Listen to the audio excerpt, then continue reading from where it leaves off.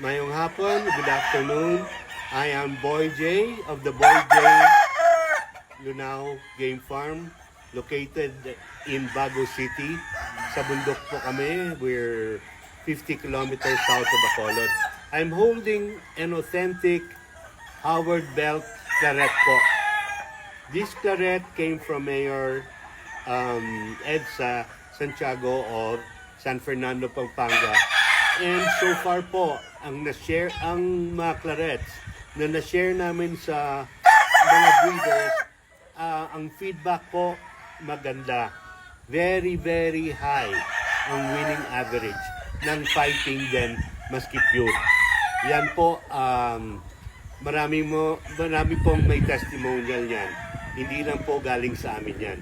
Galing sa buyers namin. Feedback po yan. Kasi itong mga claret, well known yan sa accuracy. Ang kaya lang dati, mabababa ang claret. Kaya nawala yan sa atin dito sa Pilipinas because alam mo, patangkaran ngayon sa manok, no? So ang ginawa namin po, ito po, tingnan nyo, ngayon, high station na po ang claret namin. Hindi na po sila short station, but high station na. You can see, nakikita nyo. So, minsan may nagtatanong pa, sir, baka ano yan, sir? Baka hindi high station. Ay, yan na po, nakikita nyo na ang proof. No? Tingnan mo yung kanyang feet, no? Ang size ng feet niya. Mas malaki pa yung daliri ko. You know, so, this is good, no? At tingnan mo, ang weight niya is about 1/8 lang po. And it's about going 8 months old pa lang itong claret na to. So, ito pala, ang claret na yan, tingnan nyo, 8 months old pa lang, dyan na, naglumalabas na yung kanyang white streamer na konting isa, kasi ang aming claret minsan may mga white streamers. Ang legba number nito is 499. 499 claret, pure claret.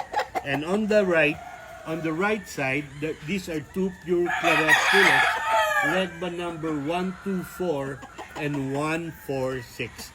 Ang claret comes medyo dark, ito siya, tapos medyo light. So yan, dalawang klaseng claret yan. They're sisters but sometimes may light side, may dark side. So itong sample na yan. So ito po, ang claret is very highly recommended. This could be served na pwede ito i-base bloodline ninyo. Pwede nyo ito i-breed maski saan na bloodlines na existing. Pwede sa hatch, pwede sa roundhead, pwede sa kelsos. No? Because the claret will give them accuracy in cutting ability, yung kanilang demeanor, yung kanilang cool lang sila lumaban, at saka very, very systematic sila pumalo.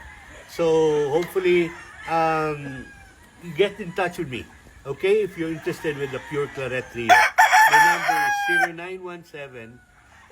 0917-857-5764. Call me po. Ingat po tayo.